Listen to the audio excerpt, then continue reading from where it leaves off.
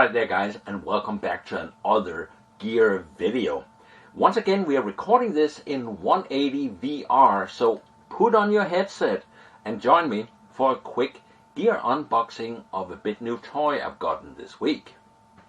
Before we get into it, I'm going to talk about I've been shooting 360 VR, as you're probably aware. Typical 360 VR camera right here.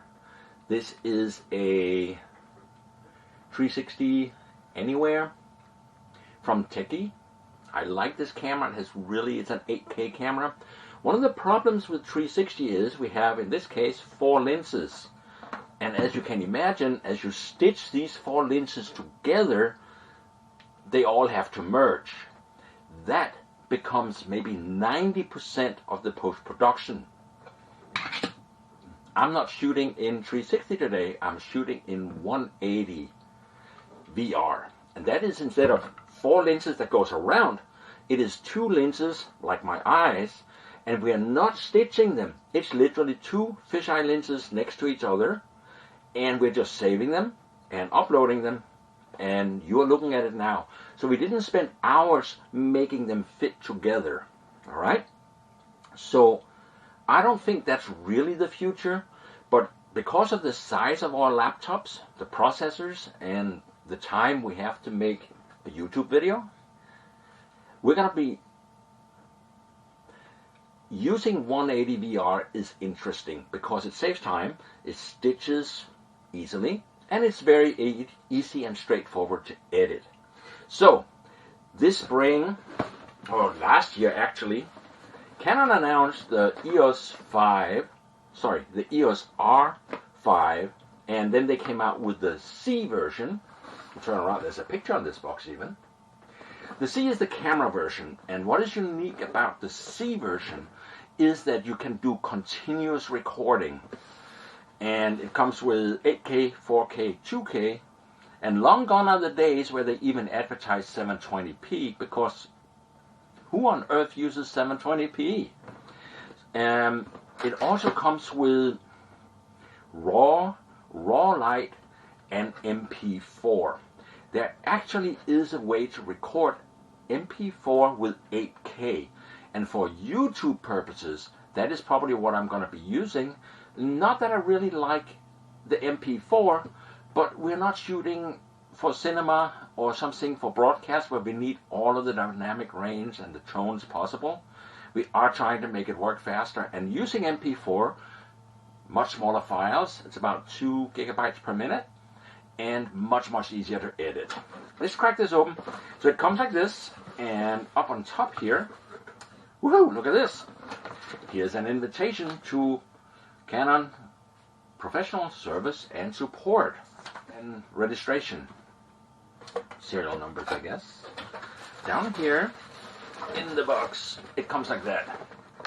So they got rid of all the bubble wrap, which I guess in today's world is a good thing. It's all cardboard and it seems pretty snug. Let's take a look. So in here is an anti-static bag, it looks like, feels like. And it's in one of these lint-free soft bags. And here we get let's see if we can get this out. So that is the actual body. What's unique, you know it's the C because of the red shutter button. They do not have the usual shutter button down here and record button back here. I wish they had a couple more angles because this could probably be hard to get to up here. The other thing you're getting for your money is this big thing right here. This is the fan.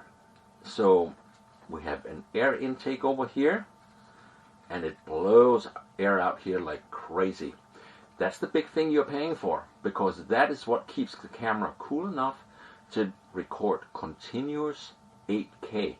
That's like 8,000 by about 5,000 pixel video. Enormous file. As any other camera, this here opens up. I'm really not going to go into that very much. We have on the side here some space that I happen to have ready for us. Belkin. And a SanDisk. One thing that's worth noticing, I thought I could only record 8K to the CF Express. It turns out you can record the compressed 8K MP4 to a SD card as long as it's fast enough. The camera will give you a warning that it can't, but it will actually record the MP4 8K to the SD card, and that can help you have an easier workflow. Down the bottom here, we have a big hole, and I just happen to have a pre-charged battery, so let's plop that in there, and then put this camera down. Put this down for a minute, and see what else we find in the box. So in the box here,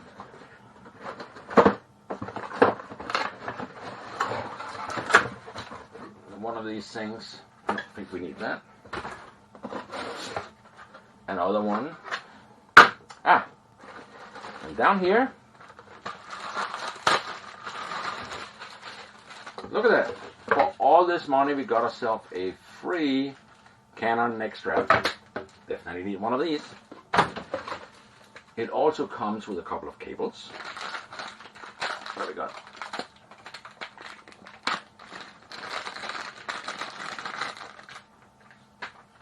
And let's get this off here. So this here is a cable adapter. So when you attach this to the side of the camera here, your external LAN cables, Usbc cables, and Genlock cable can be plugged straight in, so you're able to make the camera essentially a broadcast camera. Don't lose this thing, because that is what holds onto the cable so they don't come in and out. What else is down here? We get a manual in a couple of different languages. I'm going to put that with all the paper bits. Plastic bags can go. And we have a battery. So the battery comes with a little protective thing, like that.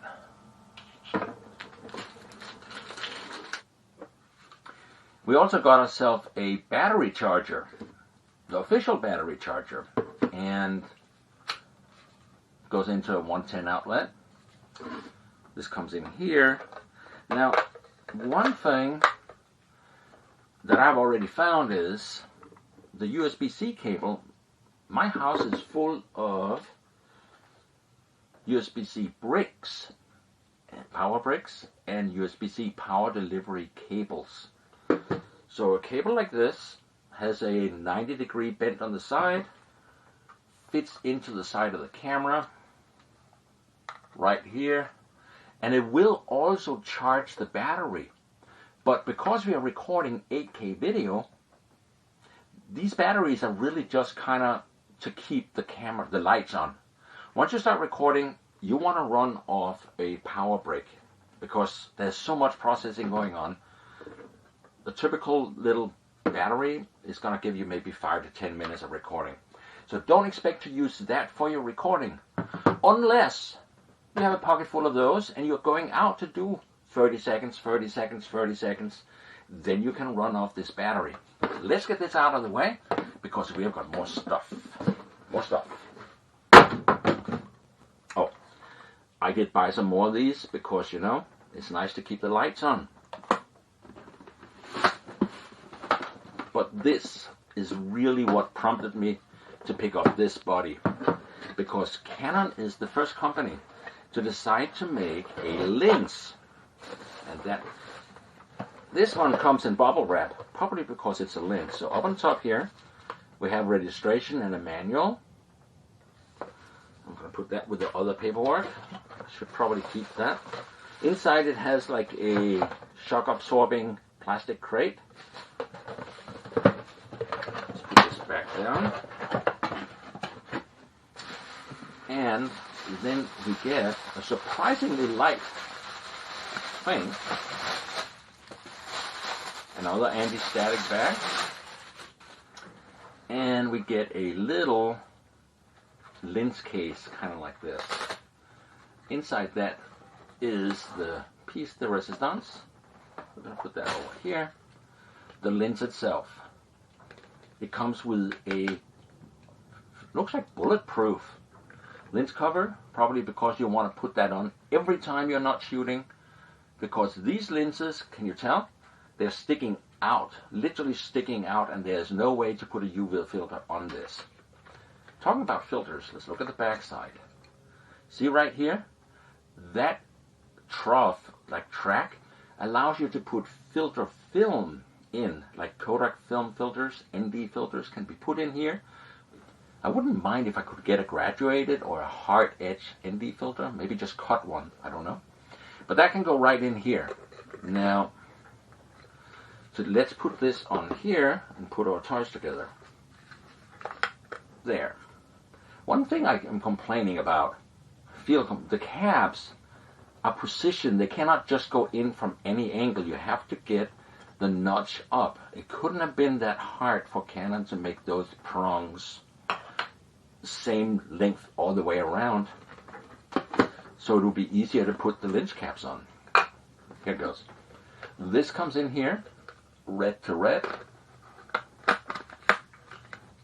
and there you go. Now you have, or we have a full-on 180 stereo camera. What's so unique about this camera is, you've already heard a lot about the R5's camera. If we flip this switch to this direction, pointing this direction, we get an R5. You can do time lapse and all the shooting modes that came with an R5. And one of the important things is, if you're focusing happens up here by twisting this ring. Clicking on the magnifier here is going to magnify it so that you can clearly see if you're focused. Now, strangely, I should flip this over and turn this to video. So I switched this so the arrow is pointing this way, and that is giving us video now. Up on the shoulder here, we have auto iris. And the way this focuses is really kind of unique. It has a couple of arrows, and they go like this. So the two comes apart, and as they meet in the middle, you have focus. So, but it doesn't allow you, in the 8K mode, you cannot zoom in. And I really don't have a situation where I want to shoot 4K, because I really want this camera for the higher resolution and the higher clarity of the images. So the other thing you can maybe see, but I don't know, is right here you're looking at a waveform monitor, and that allows me to see the exposure. So I am leaving it up on the one eye, but I don't have it up in the viewfinder. I only leave it up on the external screen so that I can see my exposure before I start rolling. And you're probably going to need to, this is not an autofocus. You're going to need to focus the image, and you need to set your exposure because it is a C camera. You can't shoot still shots, just flip it to the still side, and now it's almost an autofocus camera. So that's about it. As I'm sure you can guess, I could not keep my paws off this. So I've already had it out and shot a bunch of things with it. The quality is amazing. It's still not there. So I really want higher quality images when sitting in a VR headset. And I'm not feeling I'm getting this. But I feel this is very close to the compromise that's going to take us there. So this is what we're going to be shooting a lot with in the near future. And as time goes forward, I'm sure the metaverse will dictate new fancy cameras. So here it is. We're going to be shooting more with this, and I'm also going to give you a couple of opinions about how it works and don't work in the future. Stay tuned for more videos. Make sure, if you watch this in VR headset, click in the bottom, let me know how it went. Also, subscribe. Click on the bell, I'm told, so that you know when I post more of these type videos. But do subscribe. It's sailing related and, of course, technology related. That's it. Stay tuned for more videos, and thank you for watching.